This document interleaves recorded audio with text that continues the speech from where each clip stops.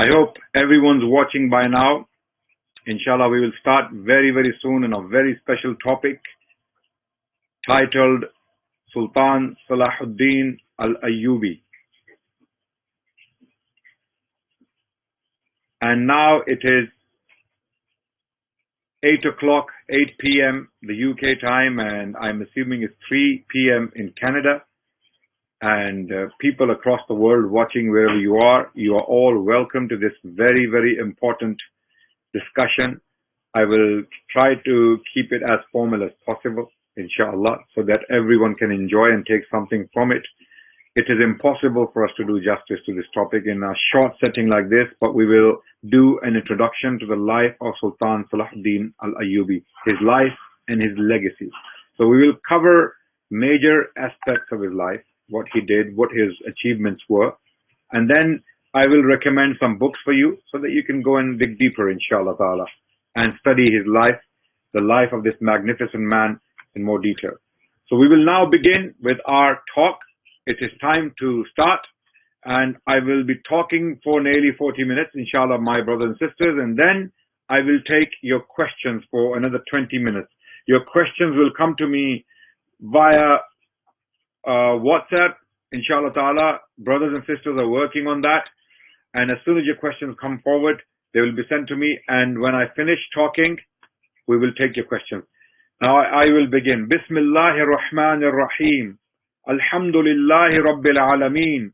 Wassalatu wassalamu ala khatamil anbiya wa sayyidil mursaleen. Wa ala alihi wa ashabihi al-ghurril mayameen. Wa man tabi'ahum bi ihsanin ila yawmiddin. Amma ba'd. A'udhu billahi as-sami'il alim minash shaitanir rajim. Bismillahir Rahmanir Rahim. Wa ma arsalnaka illa rahmatan lil alameen. Allah subhanahu wa ta'ala tells us in the Quran that we sent you not, O Muhammad sallallahu alayhi wasallam, except as a mercy for the world. So the Prophet sallallahu alayhi wasallam came as a mercy. He brought the mercy that was promised by Allah to the world. And he wanted this mercy to reach out to every single person in the planet. And alhamdulillah, by the grace of Allah, this mercy did reach from Spain to China. Within a century of the Prophet's demise, sallallahu alayhi wasallam, Islam had reached its pinnacle. Geographically, Islam had spread from northern China all the way to southern France, most part of Spain. How did this happen suddenly? How did the Muslims take so much land so rapidly? The answer is, of course, in the Quran. We as the Muslims, we believe that Allah told us in the Quran. This was prophesied in the Quran. Allah in chapter 24, verse 155 states, chapter 24, verse 55 rather, sorry, 24:55, Surah An-Nur, verse 55. A'udhu billahi minash shaitanir rajim. Bismillahir Rahmanir Rahim. وعد الله الذين آمنوا منكم وعملوا الصالحات ليستخلفنهم في الأرض كما استخلف الذين من قبلهم. It is a promise of Allah to those who believe among you and do righteous deeds that Allah subhanahu wa ta'ala will grant you succession in the land. You, the believers, the primary recipients of the Quran. In other words, the companions of Muhammad sallallahu alayhi wasallam and their immediate followers, you will inherit the world. You will overpower the land. And this means temporal power, not necessarily spiritual power. Allah is talking about temporal power. La yastakhlifannahum fil ard. This means physically you will overpower the land. And this is exactly what transpired. Within a century of the death of the Prophet sallallahu alaihi wasallam, who passed away in the year 632 CE, 11 Hijri to be precise, and in the year 732, CE, exactly a century later, the Muslims were in places like Spain, all the way in Spain, and then northern China. So this was a promise fulfilled, promise made by Allah in the Quran. So this promise was fulfilled to the letter. Subhanallah. And what was the purpose of doing all that? The purpose was to send the mercy of Islam out. This mercy was foretold centuries before the Prophet of Islam was born. You may be thinking, what is the connection of all this with the life of Sultan Salah Uddin Ayyubi? And you will see how this is all connected to someone like Sultan Salah Uddin Ayyubi, also known as Yusuf bin Ayyub. That was the name of the man we are going to talk about. Sultan Yusuf bin Ayyub, and the dynasty was later called Ayyubid dynasty. The dynasty governed by Salahuddin and his children was later on called the Ayyubid dynasty, named after the father of Salahuddin al-Ayyubi. So the connection of my introduction about the promise of Allah to spread the justice of Islam throughout the world will be seen in the coming minutes, inshallah. So Allah promised mercy, and the mercy reached out to all these islands and all these places, and this was foretold centuries before the Prophet of Islam was born. In the book of Isaiah, for example, in the biblical text, although as altered as the text of the Bible is, we still believe there are remnants of truth there. There are remnants, there are remains of the true revelation which Allah had revealed upon the Israelite prophets is there. In meaning, in some shape or form, it's there. We can detect it. And this is what the Quran was referring to when the Quran said, يَجِدُونَهُ مَكْتُوبًا عِنْدَهُمْ فِي التَّوْرَاةِ وَالْإِنْجِيلِ, that these, the Christians and the Jews, they will find him mentioned in their scriptures with them. Whatever they have now with them, they will find him mentioned, despite the fact it's been altered. Like the Quran states clearly in chapter 2, verse 79, that the previous scriptures have been altered. Despite that, there are still references to an Arabian prophet, an unlettered prophet in the scriptures. And that prophet was Muhammad sallallahu alaihi wasallam. And in Isaiah 42, this entire chapter talks about a man who will come from Arabia. He will be a messianic figure. He will be a prophet of Allah. He will be a prophet of God, a messenger of God. He will spread judgment in the earth. He will spread justice in the earth. And islands will receive his law. They will wait for his law. He will come as a light for the Gentiles. He will put idol worshippers to shame, and he will have something to do with Arabia. Verse number 11 clearly, categorically gives this geographical location. In Arabia, the children of Kedar, the villages that Kedar doeth inhabit, to quote the precise words. So why am I telling you all this? I am telling you this because one of the manifestations of the mercy of Islam was a man called Sultan Salah Uddin Ayyubi.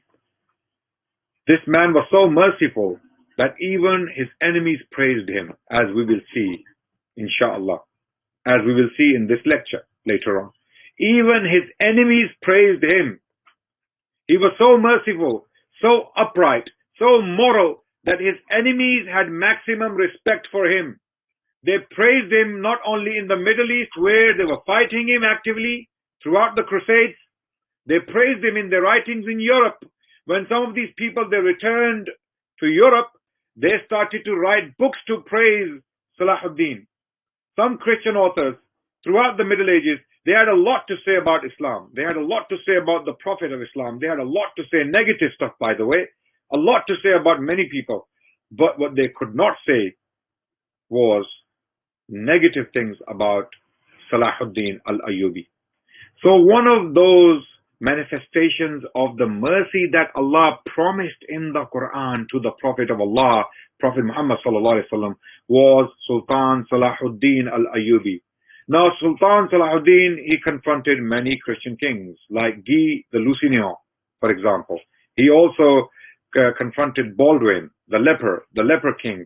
He also confronted Richard the Lionheart, who came all the way from England and France to attack the Middle East, to take back the city of Jerusalem from the Muslims after it had been taken by Sultan Salahuddin Ayyubi and his forces in 1187 CE. But none of these things that were said about Sultan Salahuddin al-Ayyubi can be said about these kings. Neither Guy, nor Baldwin, nor Richard, none of these positive things or none of these praises can be sent towards or can be attributed to these Christian kings who were fighting Sultan Salah Uddin Ayyubi. You know why? Because they did not have his character. They did not have his character. And the reason why Sultan Salah Uddin was what he was, because he was a true Muslim. He was a good Muslim. He loved Islam. And very quickly, we will go through some of the details about his life. We are told that he was born in 1134 CE. Sorry, 1137. He was born in 1137 CE and he passed away in 1193. So he was about 54 years old, about 53 to 54 years old. So he died in 1193, having been born in 1137. I hope my maths was correct. So you can do the maths. 1137 and 1193. So Sultan Salah Uddin Ayyubi was born in 1137, okay, and then in 1160s, 1164, when he was a young man, he was sent on a campaign to Egypt. In Egypt, at the time, the Fatimid caliphs were governing. To give you a very quick background as to why Sultan Salah Uddin Ayyubi became so important in the 1170s onwards, why he became so important, you need to know some background history very quickly. The Crusades. The Crusades were campaigns launched against the Muslim world, in particular the Muslims of the Middle East, to liberate the Holy Land, i.e. the city of Jerusalem. So the story goes that in 1095 CE, in 1095 CE, in a place called Clermont in France, the Pope at the time, Pope Urban II, delivered a speech inviting all Christian princes of Europe who were fighting each other, destroying each other, killing each other over petty things, castle fighting another castle, town fighting another town, a principality in Europe fighting another principality. There was a lot of bloodshed and immoral and unpleasant, uncivilized behavior going on in Europe at the time, in particular Western Europe, Germany, France, and England. Because Eastern Europe still was seen as the land of the barbarians. Eastern Europe was still in relative dark ages. I mean, people were still completely lost. There's not much history known for Eastern Europe as to what was happening in places like Poland, Lithuania, and other places beyond that, right? So Eastern Europe was not really considered to be civilized land. So the church had its influence in Western Europe at the time, France, Germany, and England. So a lot of princes who were Christians, Catholics, all of them, they were fighting each other. They were all fighting each other for territory, for money, for wealth, for influence, for power. So in 1095, having seen this situation, Pope Urban II, and there are 4 versions of his speech. 4 versions.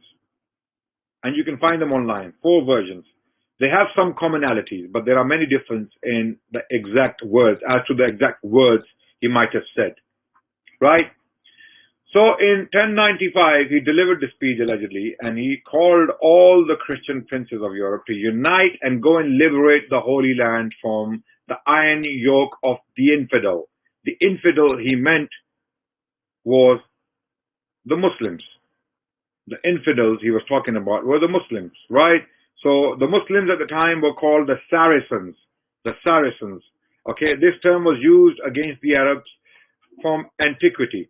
Okay, antiquity onwards. There are church fathers writing in the 3rd and 4th century, and when they refer to the Arabs who were not Muslim at the time, they called them the Saracens, the people of the desert, for example, right?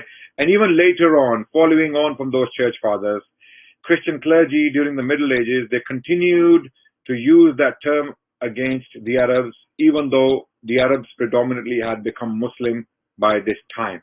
So they were using the same old term, Saracen, to describe the Muslims. So Pope Urban II, he invited all the Christian princes of Europe, in Western Europe in particular, to go and liberate the Holy Land from the iron yoke of the Saracens. And the story he made up, which was a lie, if he indeed said these things, he was lying. He made up a story that the Christians in the Middle East are being hunted, they are being killed, they are being tortured, they're being persecuted. A lot of the stories that we find today, unfortunately, around the world, there are misconceptions among Christians and many other people that the Muslim world is the land of the barbarians. There is nothing civilized there. While savages live in these lands. And in fact, when people start to go to Muslim lands, they start traveling to the Muslim lands, they realize, hold on, these people are very nice people. Okay, there are recently people traveling to Pakistan and Egypt and other peaceful Muslim countries where there is no war going on. And these wars, of course, are going on for a reason. There are geopolitical reasons. Unfortunately, I cannot indulge in to the details of the geopolitical events that are taking place in the Middle East today, but I will talk about countries that have been visited recently by some travelers from the US and from Canada, from European countries, and they praise these countries for the culture, for the richness, and for the hospitality, and for the kind nature of the people living therein, right? So just like there are misconceptions about Islam and Muslims today in the world, unfortunately, very much pumped and inflated by the media and politicians, these clergy in the Middle Ages, at the time in the 11th century and in the 12th century and in the 13th century and beyond, they were doing the same thing. I really strongly recommend one book in particular on this topic. You must read this book, how during the Middle Ages, the clergy, the church was actually deliberately, actively misrepresenting Islam and the Prophet of Islam and Muslims at large. Okay, that book is Islam and the West, Making of an Image by Daniel Norman. Daniel Norman, Islam and the West, Making of an Image. In this book, he talks about how Muslims and Islam were actively demonized by European scholarship. At the time, it consisted of clergy, bishops, churchmen, who were very hostile to Islam and Muslims. And unfortunately, similar things are happening today, whereby we see the clergy of today on the media, the politicians and the journalists are doing the same thing against Islam and Muslims, unfortunately.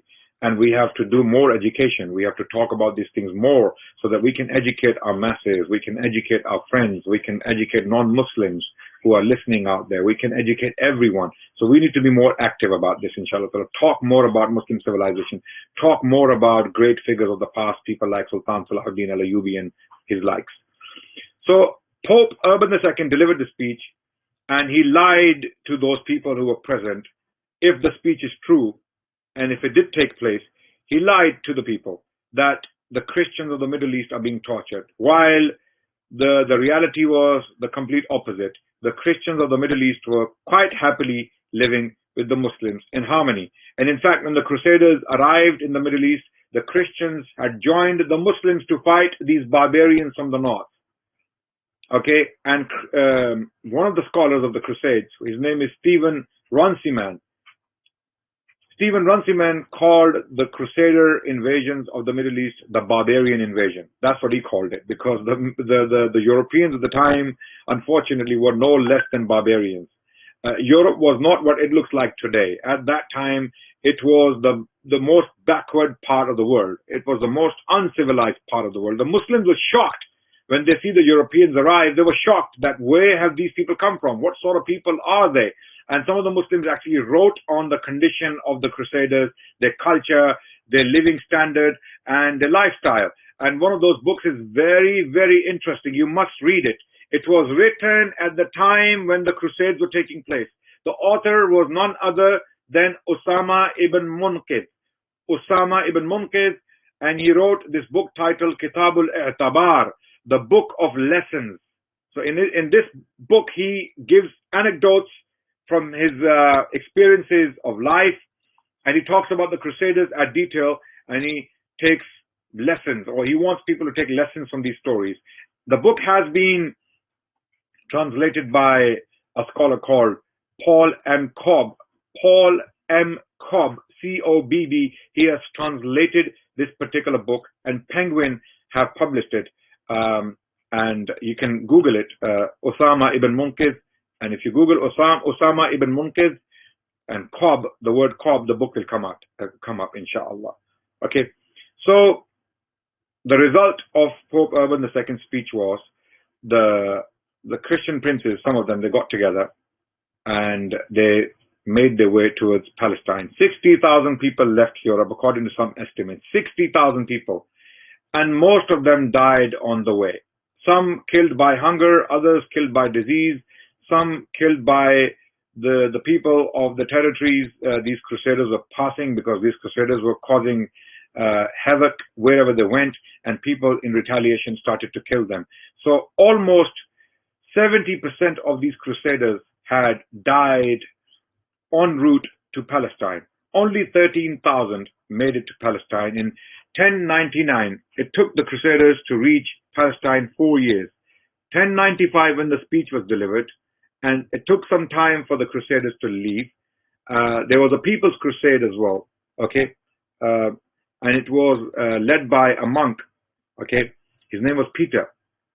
This monk, he led the People's Crusade, and a lot of these people who were part of this party were women and children and men, and they all perished. Most of them perished on the way. But the military crusade that had left Europe had reached Palestine in 1099, and this particular part of the military, or part of the army that reached Palestine in 1099, they took the city by storm, and the city fell to them, the city of Jerusalem, and they massacred the entire population. This is very important for you to know, because when we come to Sultan Salah Uddin, you will understand why I mentioned this.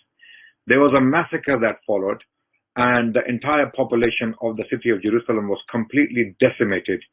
Men, women, and children were completely killed off. They were massacred. Jews, Christians, and Muslims, none of them were spared. Even animals were killed. Okay, this was a massacre. This was a genocide of biblical scales. Biblical scales.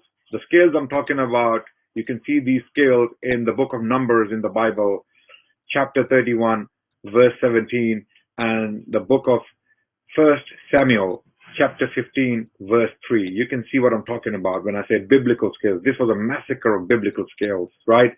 And the Crusaders were, of course, inspired to kill off all the people. In fact, some of the Crusader chroniclers, historians from the time, they write that the horses of the Crusaders were basically trotting in blood up to the knees. You know, horses were knee deep in the blood of the people the Crusaders had killed. Ibn al-Athir puts a number, 70,000, that was killed in the city of Jerusalem. So the city of Jerusalem was taken by the Crusaders, and it remained in the Crusader hands since then. So this was a very painful event in the Muslim history. A lot of Muslims lamented the loss of Jerusalem. People went to Baghdad, the center of Islamic world at the time, nominally, albeit nominally, because the Abbasid caliphs had lost their power, their real power. People, lamented the situation in the Grand Mosque of Baghdad, and they talked about it, but Muslims could not do anything effective to take back the city of Jerusalem. Later on, cut the long story short, I'm going to fast forward, because if you want to read a history of the Crusades, I recommend a number of books. I will recommend, inshallah, very quickly. If I don't, please remind me during the Q&A, inshallah. Then a man came in 1140s. His name was Nuruddin Zinki. Nuruddin Zinki launched a campaign of recapture of the Holy Land, because the Crusaders had taken a lot of cities in the Holy Land. Holy Land means, for the Christians, it means the land of Palestine. Okay, so a lot of land. Antioch, which was beyond the land of Palestine, was also taken by the Christians. Many of these coastal cities of Palestine, they were taken by Christians. The Crusaders from Europe, they had taken these cities. So the people of the Middle East were very much disturbed by this. And the social order, the political order, the economic order had been disturbed, because the Crusaders brought much negativity with them. You know, they didn't govern the way Muslims are governing before them. Economic situation didn't remain the same. Political situation changed drastically. Muslims became subjects of the Crusaders in these cities, and it was a very difficult situation. And many travelers at the time described the situation of the Muslims, such as Ibn Jubair. Ibn Jubair, his rihla, or his travelogue, has been translated into the English language. I invite you to read his travelogue. Ibn Jubair talked about the Crusaders when he passed through some of the cities on his way to Hajj. So Ibn Jubair came from Spain, traveling through some of these Crusader cities in the time when Sultan Salah Uddin was governing the land of Palestine, which had been liberated from the Crusaders. He passed through these lands and he drew a contrast between the two situations. Very important work, Ibn Jubair's travels, his rihla. Okay, so after this land was taken, Sultan Nuruddin Zinki launched a campaign to recapture the land of Palestine. And then as a result, he realized that he has to take Egypt. Unless and until he takes the land of Egypt from the Crusaders, there is no way for the Muslims to take the land of Palestine from the Crusaders. Nuruddin Zinki had taken a number of cities in Palestine from the Crusaders by fighting back, launching a campaign of jihad against the Crusaders at the time. He took a lot of land back from the Crusaders. Okay, and having taken that land, he realized Egypt, that fell behind the land of Palestine, was very important, because so long as Egypt remains vulnerable to Crusader attacks, and there was a chance that the Crusaders would have occupied Egypt completely, and then any hope for conquering Palestine again for the Muslims would be lost. And Egypt at the time was governed by a heretical group called the Fatimids, right? This was a minority group that came to power in Egypt in the 9th century, and they had established the Fatimid Caliphate in Egypt, right? It was a caliphate in name because they had launched a parallel caliphate to the caliphate in Baghdad. So they also called themselves caliphs, right? So the masses in Egypt, the people were predominantly Sunni, but the ruling class, the elite, were Fatimids, and they were a branch of Shiaism, right? So the masses did not agree with them. So this continued for some time until in 1160s, the Fatimid Caliph at the time, who had lost hope in Crusaders, because Crusaders would not keep any word and they would break all the treaties, he reached out to Nuruddin Zinki. He reached out to Nuruddin Zinki for help. He asked him for help. Can you help me and protect me against the Crusaders, because I am threatened? Nuruddin saw his chance to now take the land of Egypt from the weak hands of the Fatimids and make Egypt strong for Muslims, so that when it comes to conquering the city of Jerusalem and the larger territory of Palestine, Egypt cannot be used against the ambitions or the aspirations of the Zingids. Okay, so Nuruddin Zinki, he invited one of his most able generals called Sherku. Sherku was a short, fat man who was Kurdish originally, who came from the land of northern Iraq, the city of Tikrit to be precise. He was a very able, trustworthy general. So Nuruddin Zinki invited Sherku to go and take the land of Egypt in this situation. Sherku had a nephew called Yusuf bin Ayyub, also known as Sultan Salah Uddin Ayyubi. He was later called the Sultan SalahUddin, and also known as Saladin in Europe. Okay, Salahuddin Yusuf bin Ayyub was a young man at the time, in his early 30s, and he had been to Egypt previously on some campaigns, and he didn't like the experience. He didn't want to go back, but Sherku pushed him to come back, and Sherku told him that Nuruddin Zinki has specifically asked for you to join the campaign. Cut the long story short, both the uncle and the nephew, they make their way to Egypt with the armies. They arrive in Egypt and they find a very disturbing situation where the state has become very weak, and they took the land of Egypt militarily, and it was like, how can I put it, a soft coup. It was not a coup, a direct coup. They did not immediately remove the Caliph, but the state of apparatus was completely removed. Sherku died soon after from overfeeding. Okay, I mean, he was fond of eating a lot, and he died because of possibly food poisoning. And then the responsibility fell upon the shoulders of Yusuf bin Ayyub, Sherku's nephew, who did not want this responsibility. He didn't want this responsibility. And then Sultan Yusuf bin Ayyub became a sultan in the real sense of the word. He was appointed firstly as the vizier of the caliph. And then he realized until he removes the caliph from power, he cannot do anything effective. So eventually, in the 1170s, Sultan Salah Uddin Ayyubi, he removed the Fatimid caliph from power and took the reins of power into his own hands. Now he became the Sultan of Egypt, one of the most powerful lands in the Muslim world. Egypt was the most powerful, the most fertile, the richest land in the Mediterranean region. Why? Because of the River Nile. Okay, agriculture mainly came from Egypt. Okay, for centuries, Egypt was supplying corn to the Roman Empire. Egypt, whoever controlled Egypt, by extension or by default, controlled the region. So when Egypt came into the hands of the Muslims, Sunni Muslims, it was a huge blow to the Crusader ambition.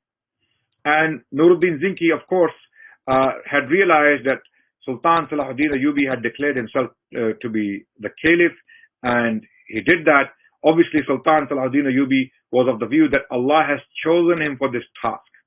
And Sultan Salah Uddin Ayyubi is thought to have said that when Allah gave me Egypt, I knew He meant Palestine for me also. In other words, Sultan Salah Uddin Ayyubi, he had his mind set on Palestine. He was not interested mainly or specifically about Egypt. He was interested in Palestine. He wanted to take the land of Palestine back from the Crusaders. And this he did in the coming years. So Nuruddin Zinki asked Sultan Salahuddin for him to pay homage, which Sultan Salahuddin he did nominally. But in reality, Sultan Salahuddin Ayyubi was more powerful than Nuruddin Zinki at the time, and he was independent. He did pay homage nominally to Nuruddin Zinki. He did accept him as his overlord, but not ultimately, right? But after Nuruddin Zinki died, his 19-year-old son came to power, and he wanted to oust Sultan Salahuddin Ayyubi from Egypt. He was campaigning and conspiring against Sultan Salahuddin Ayyubi. So as a result, Sultan Salahuddin Ayyubi had to attack the land of Syria and take the Zingid power into his own hand, so that the Muslims do not end up disunited again, right?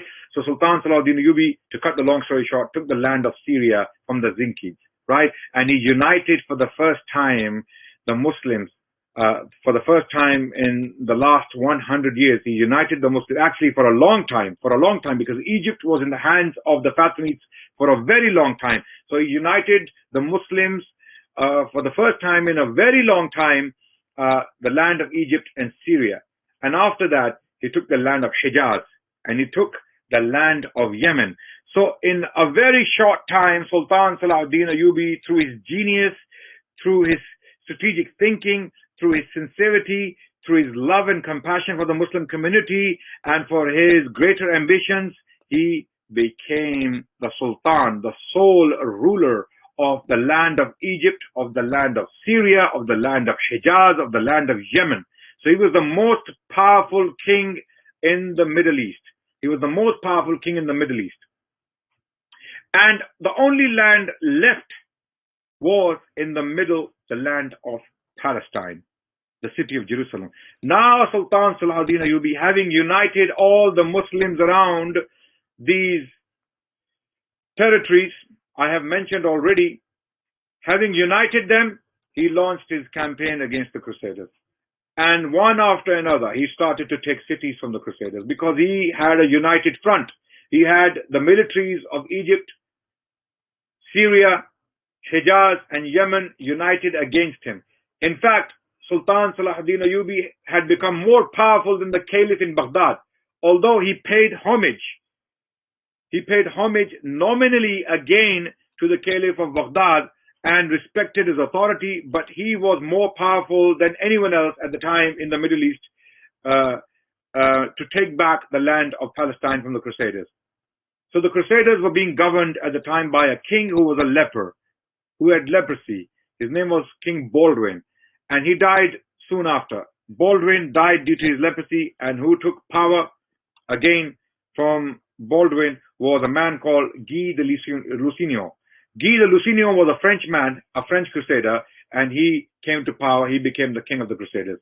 One incident very quickly I want to narrate, which triggered Sultan Salah Uddin Ayyubi to an extent that he could not handle it anymore, and he wanted to launch a decisive campaign to take back the land of Palestine from the Crusaders, the land of Jerusalem from the Crusaders.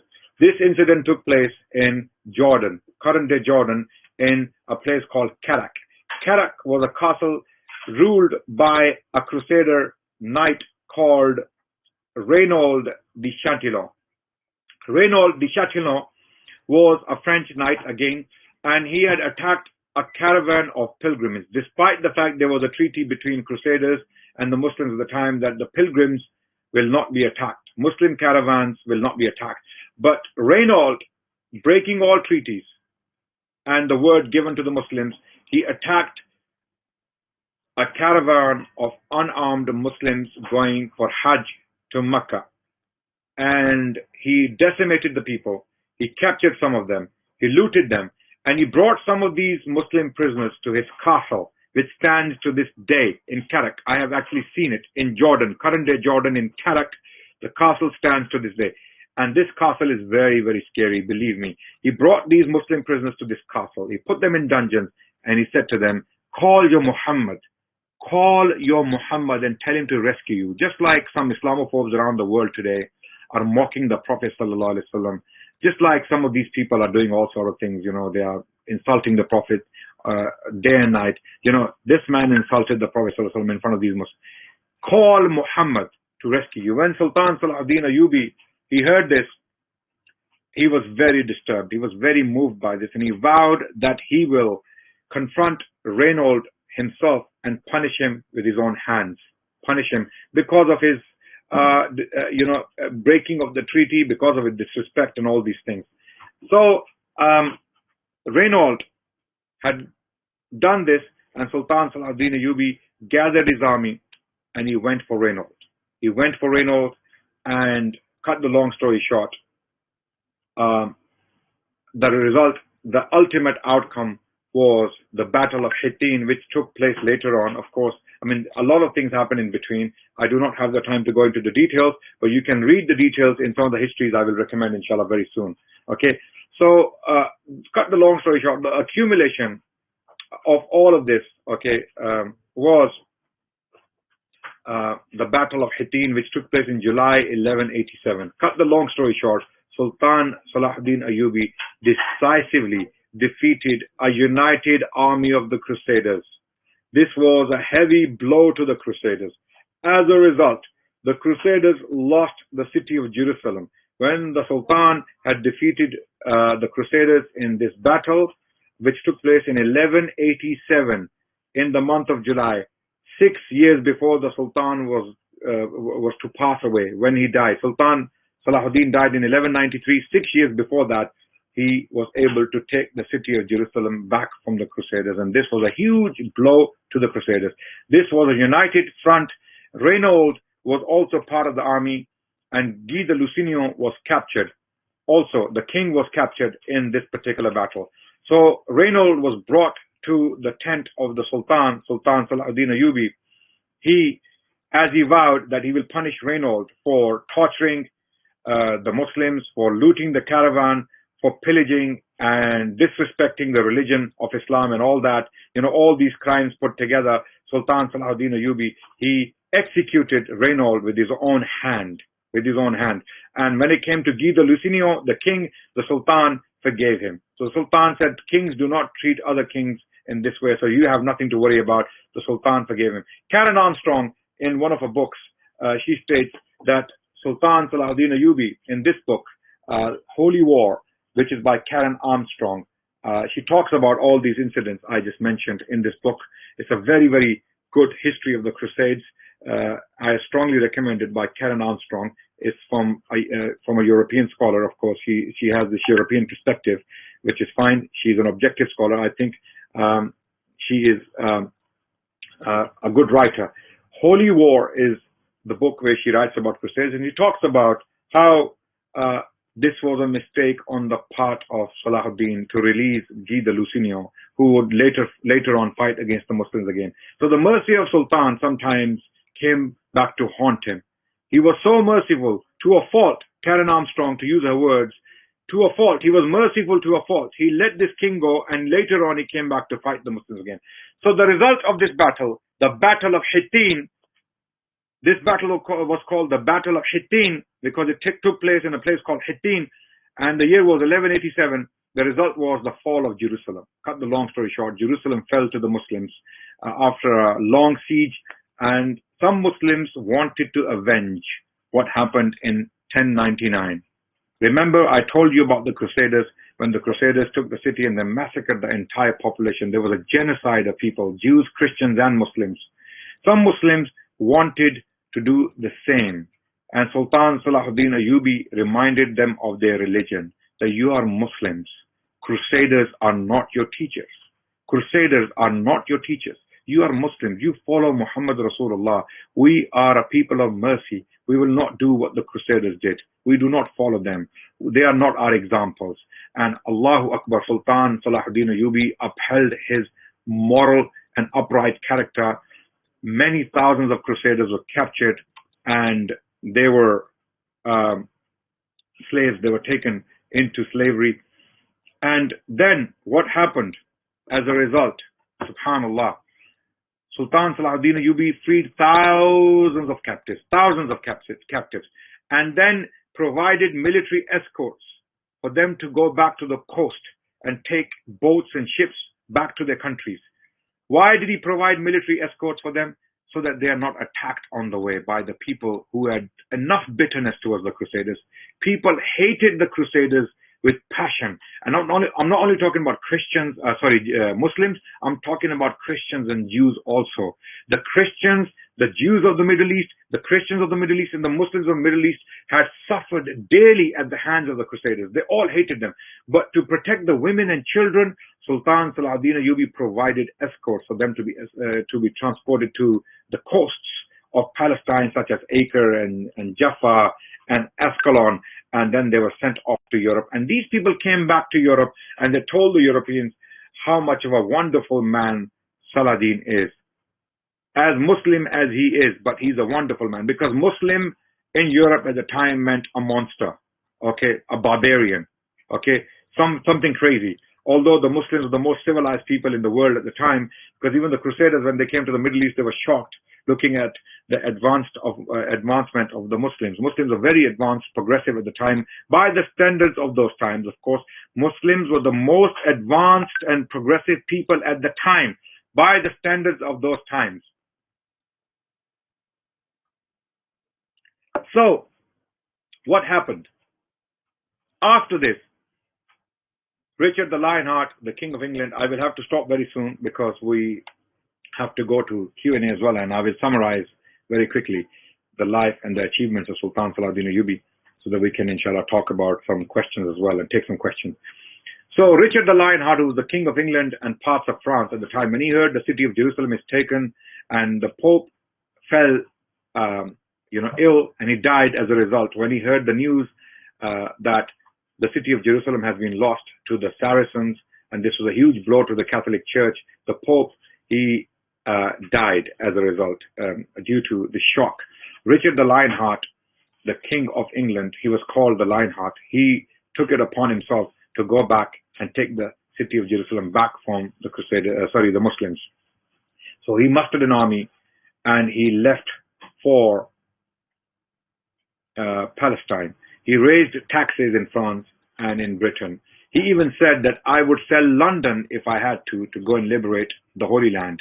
So he taxed people very, very high, okay, and he left for Palestine. Cut the long story short, it took him nearly a year, and he took the city of Acre from the sea. When he took the city of Acre, when he reached Palestine a year later, in this city he found 3,000 Muslims. So he demanded a ransom from Sultan Salah Uddin Ayyubi, which was nearly 200,000 gold coins, 200,000 dinars. Sultan Salah Uddin Ayyubi was trying to arrange money and buying time so that he can somehow liberate these Muslims from from the claw of this vicious man, but he did not wait, and Richard ordered the massacre of 3,000 Muslims in cold blood in the city of Acre. The Muslims never forgot that. The Muslims never forgot that. And Richard was since then known in the history of humanity as a bloodthirsty barbarian. Although he was called Lionheart, but this is what he did. He committed this massacre, cold-blooded massacre. And then as a result, whatever prisoners the Muslims had on their side in their camp, the Muslim army demanded that they be executed as a result. So all the fighting men from the Crusaders were executed. Muslims are not killing women and children. At the time, they were only specifically going after those who were fighting the Muslims at the time, fighting men. So Richard made his way down the coast of Palestine to conquer city of Jerusalem. Sultan Salah Uddin Ayyubi, who was a very pious man, who was in the city of Jerusalem at the time, he did not want to leave the city of Jerusalem. His advisors advised him to leave the city so that you can fight later on. You know, live today, fight tomorrow. Sultan Salah Uddin refused to leave the city of Jerusalem. He said, I will not leave my people to a monster like that. If he takes the city of Jerusalem, he will massacre the people. If my destiny is written with these people, then I will stay and defend the city from any attack from outside. So Richard was on his way to Jerusalem. He was making his way down the coast of Palestine, and he was making his way towards Jerusalem. And now the situation had reached alarming proportions. Some of the people, they came to the Sultan and they said, he is very close to the city and it will be captured. The city will be captured. If we are besieged, we will be captured. So what are we to do? The Sultan said, those who want to leave, you can leave, but I am not going to leave.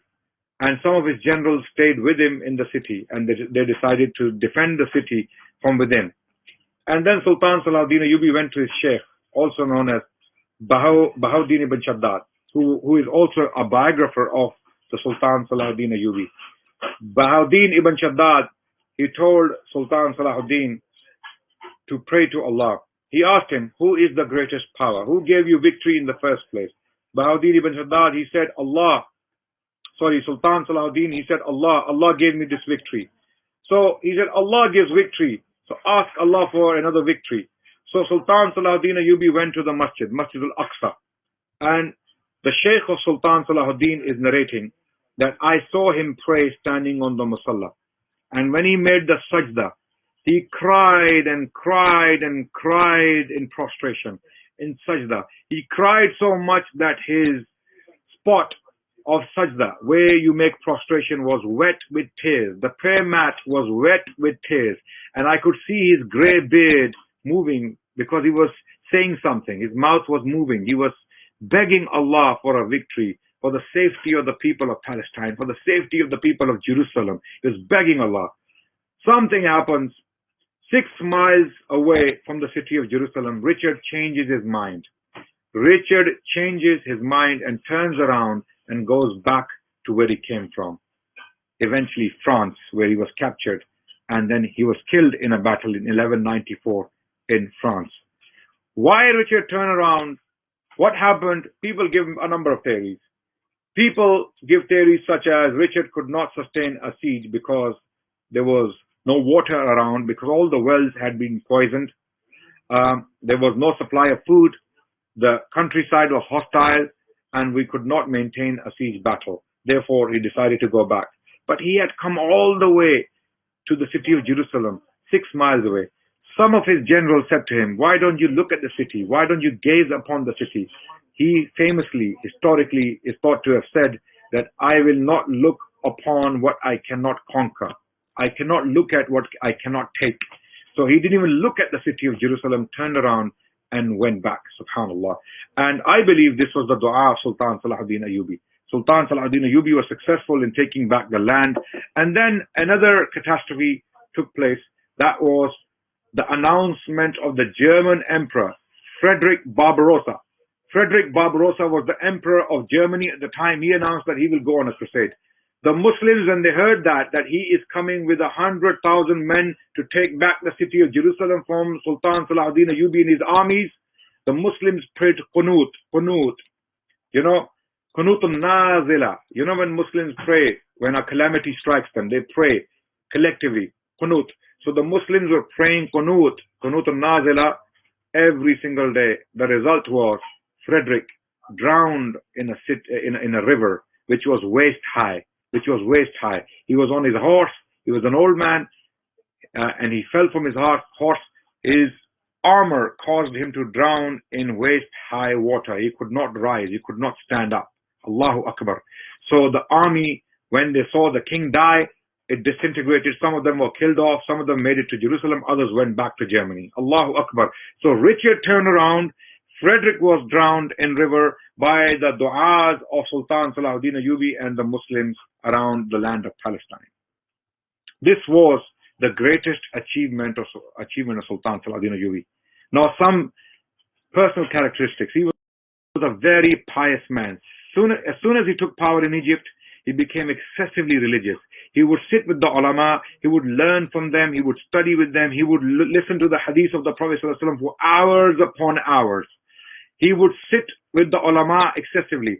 And Bahauddin ibn Shaddad narrates, and I will read a quote from Bahauddin ibn Shaddad, who actually wrote one of the most authentic biographies of Sultan Salah Uddin Ayyubi. You must read this biography by Bahauddin ibn Shaddad, titled An-Nawadir al-Sultaniyya. An-Nawadir al-Sultaniyya. There is a quote in that, and he states that the Sultan Salah Uddin Ayyubi seemed obsessed with his duty towards jihad. Jihad and the suffering involved in it weighed heavily on his heart and his whole being in every limb. He spoke of nothing else, thought only about equipment for the fight, was interested only in those who had taken up arms, had little sympathy with anyone who spoke of anything else or encouraged any other activity. For the love of the holy war, which is jihad, of course, the word there, on God's path, he left his family and his sons, his homeland, his house, all his estates, and chose out of all the world to live in the shade of his tent, where the winds blew on him from every side. This quote is again taken from the Holy War, the book written by Karen Armstrong, and the quote she took it from Bahauddin ibn Shaddad. So Ibn Shaddad narrates that Sultan Salah Uddin Ayyubi on his deathbed, he asked the reciters to read the Quran to him repeatedly. He died in 1193 CE, rahmatullah alayh, and when he died, he asked the reciters to read the Quran excessively, non-stop to him, and when he died, he was listening to Surah Al-Rahman, and upon his death, he had 47 silver coins in his pocket, in his treasury. He had given everything away to poor, to the needy, and to his children and his family. He only died with 47 silver coins for his coffin, for his burial. Allahu Akbar. And this was the king of Hijaz, the king of Yemen, the king of Syria, the king of all these lands. So I will move on to the questions very, very soon. Before I do that, I want to mention very few things from his character. So Bahauddin ibn Shaddad talked about how merciful he was. In fact, there is an anecdote he narrates in his book, Bahauddin ibn Shaddad, that so merciful was the Sultan Salah Uddin Ayyubi, that even the Crusaders reached out to him when they had a problem. Can you imagine the enemy people coming to you for you to solve problems?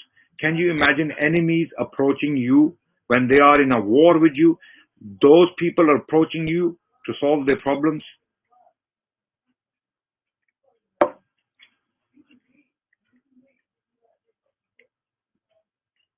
Okay. So one of the anecdotes Bahauddin ibn Shaddad narrates is that once a Crusader woman had lost her daughter. Her daughter was stolen by some Muslims. They went into the Crusader camp because they were in war. So they picked up one of the girls of a Crusader woman, and they took her. So she cried and cried, and she went to the Crusaders. This is narrated by Bahauddin ibn Shaddad, the biographer of the Sultan. So she cried, and the Crusaders told her that go to the Muslim king. He is a very merciful man. I repeat, the Crusaders told a Crusader woman, go to the Muslim king. He is a very merciful man. So this woman, without delay, made her way to the tent of Sultan Salah Uddin. She came. He was there with his entourage, with his men. And Sultan Salah Uddin Ayyubi lived a very simple life. Very, very simple life. He lived in a tent, even though he was the king of all these lands, the richest man in the Middle East.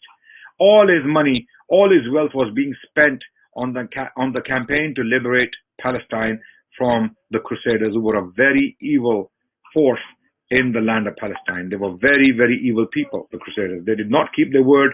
They brutalized people. They tortured people. They did not keep any treaties, and they were governing barbarically. So this is why Sultan Salah Uddin Ayyubi not only wanted to liberate the Muslims, he wanted to liberate the non-Muslims as well, the Jews and the Christians, from this tyranny. So this woman came to the Sultan, and she cried in front of him. She cried in front of him, and she was saying something in her language, which was, I am assuming it was Old French or Latin. The Sultan asked someone to translate, and they translated her words that someone has taken her girl. The Sultan sent his men to find the child, and they found her in a slave market. They found her with some people in a slave market. So those people were immediately punished, and the girl was brought back. And the girl was handed over to the mother. The mother took the child, and she fell on the floor, throwing dust on her face out of excitement, and praying, raising her hands and praying for the Sultan. When the Sultan saw this, he started to cry. Tears rolled down his cheeks, and when everyone saw the Sultan crying, others started to cry with him. His heart broke. Others also started to cry with him. Subhanallah. This was the mercy of the Muslim Sultan, Sultan Salahuddin. That's why he was known as the most merciful man of his times. This is why the Europeans, people like Dante, even in his Divine Comedy, he could not put the Sultan in Jahannam. You know, Dante, who had limbo, who had purgatory, he had his paradise. He did not put the Sultan, despite the fact he was a Muslim, he put him in limbo. He could not put him in paradise because he was not a Christian. He could not put him in purgatory because he was a good man. So he put him in limbo. So he's in the middle. He's in the middle. He was so special even to the Europeans. Such was the man called Sultan Salahuddin Ayyubi. Believe me, my brothers and sisters, I haven't done justice to his legacy in this short time. I have not done justice to his legacy. This is a very, very short time for me to go through his life. I need maybe 10 hours to possibly do some justice to his legacy and his deeds. I really strongly recommend some books for you to read. And the first one I begin with is a 3-volume set. 3 volumes set by Ali As-Salabi. Okay, Dr. Ali As-Salabi. Okay, this has been translated into English. This is the English translation, and the book is titled Salah Uddin Ayyubi. It is a very good translation. Okay, it is by IIPH, 3 volumes, biography of the Sultan, written by Ali As-Salabi. He's a modern Muslim author, and he's done a lot of work on Muslim history. His works are good. You should read his works. I don't agree with all the content, of course, but his works are very, very good, mashallah, for you to read. Then another history of Sultan Salahuddin Ayyubi is by Bahauddin ibn Shaddad An-Nawazir Sultaniya, which has been translated into English language. You will find the translation. Please find it online. Also, Imaduddin Isfahani was another biographer of the Sultan Salahuddin Ayyubi. Please read that also. Another biographer is Ibn al-Athir, who has written on the Sultan, although he was slightly critical because he had a bias towards the Zengids, because he was living in Zengid territory in Mosul. So he was slightly biased towards the Sultan, against the Sultan Salahuddin Ayyubi, but even him, he has a lot of good things to say. And then if you want an easy read on the history of the Crusades, Holy War by Karen Armstrong is good. Then Christopher Tyman, he's also written a history of the Crusades. Then there is Jonathan Phillips and then Thomas Asbridge. These scholars have written histories of Crusades. You must read them, inshallah ta'ala. And I'm pretty sure there are books written in the Arabic language by Arab historians. Now, brothers and sisters, I do apologize for taking longer than expected, because such is the topic, such is the nature of this man. One cannot stop talking about him if you know something about him. So there are some questions. I will go straight to questions now. You can send your questions online and they will be sent to me, inshallah ta'ala. Question. Bismillah ar-Rahman ar-Rahim. So I am now finished with my talk. I have talked about Sultan Salah Uddin Ayyubi. May Allah have mercy on him. And again, I have not covered all the details of his life, all the virtues he had, all the achievements he had. I have not covered them by far. I have not. This was a very brief introduction about his life and his achievements and his struggles, right? For details, you must read books like Ali Salabi's Sultan Salah Uddin Ayyubi and other books I have mentioned, inshallah. Now I go to the question, inshallah. Can you please repeat the names of the books you mentioned or would recommend to read on the topic? I have already done that. And you can go back to the video after it's uploaded. You can go back to it and listen to the names again, inshallah. You may skip this one. Okay. If SalahUddin. Okay.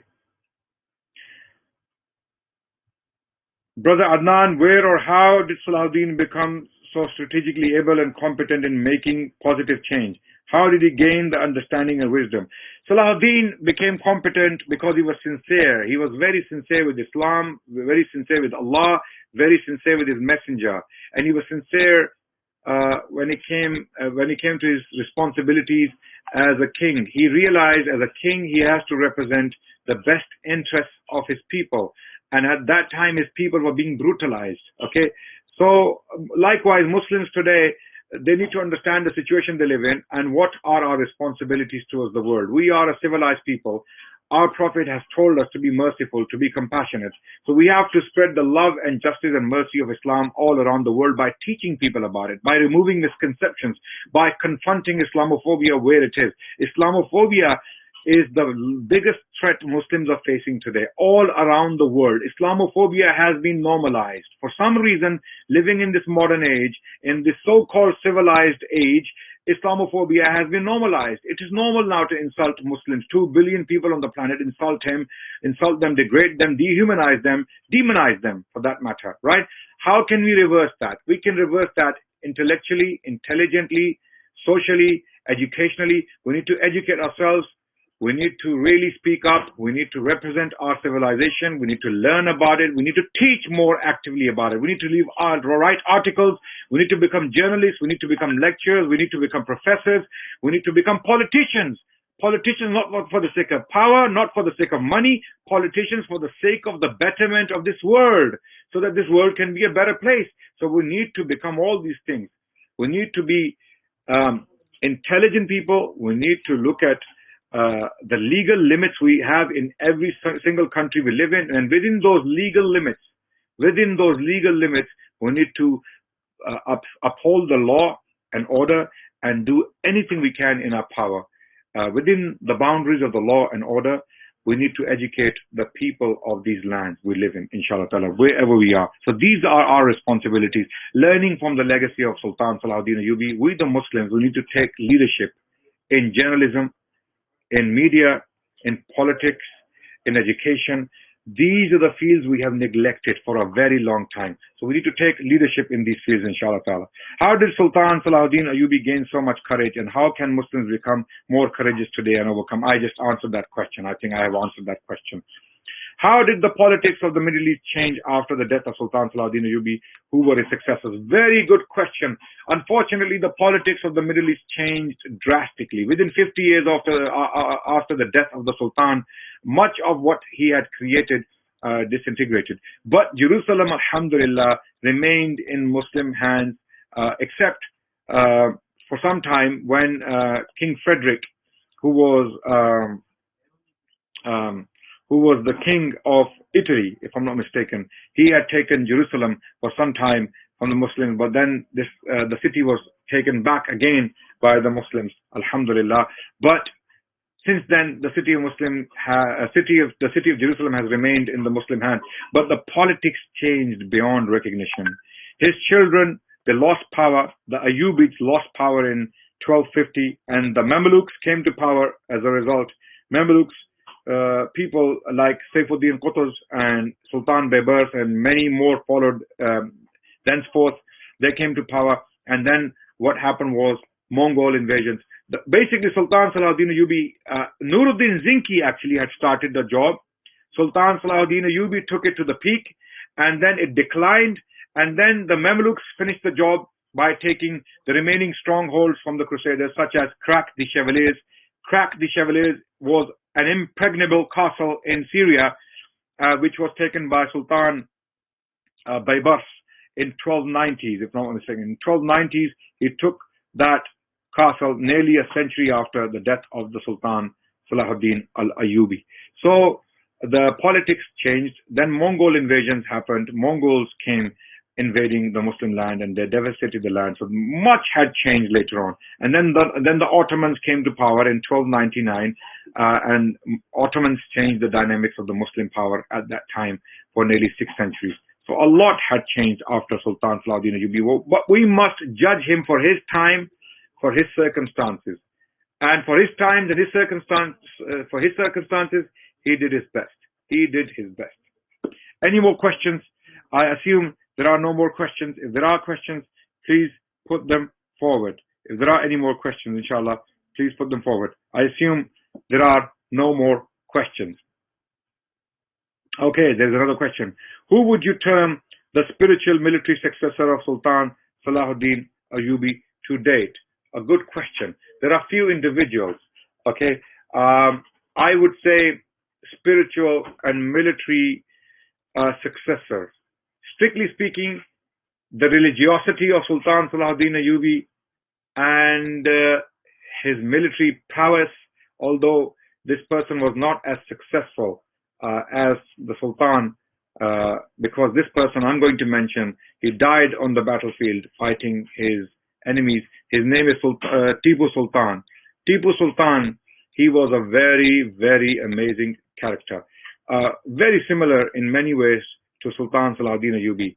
Okay, of course, I cannot say that he can be an equal to the Sultan Salah Uddin Ayyubi. He was unique in his own way. But Tipu Sultan, I think, is a very good candidate to be a successor in legacy, in spirituality, in religiosity, and in a sense of responsibility, in military genius, okay, and all that, and even success for a long time. He can be regarded as a successor of the Sultan Salah Uddin Ayyubi. Perhaps some Ottoman sultans like Sultan Suleiman al-Qanuni, okay, or maybe Aurangzeb Alamgir, the Mughal emperor Aurangzeb Alamgir was a very successful emperor, very pious, very, very special person. You can go on my YouTube channel and watch lectures on Tipu Sultan and Aurangzeb Alamgir. I have 2 lectures on these 2 people. I also have a lecture on Sultan Salah Uddin Ayyubi on my YouTube channel. You can check that out as well, inshallah ta'ala. If there are any more questions, please put them forward, inshallah ta'ala. Otherwise, our time is up. I think we have gone 8 minutes beyond our time. So if there are no more questions, thank you very much. I will end the session here. Brothers and sisters, thank you very much for joining us. Hopefully you benefited from this talk. If I said anything wrong, please forgive me. I didn't mean to say anything wrong. I simply narrated the history as it is, and I used my sources. Jazakumullah khairan for listening. And inshallah, look forward to seeing you in another session on history of Islam and the Muslim civilization. Until then, assalamu alaikum wa rahmatullahi wa barakatuhu. Walhamdulillahi rabbil alameen. Subhanakallahumma wa bihamdik nashhadu an la ilaha illa ant nastaghfiruka wa natubu ilayk.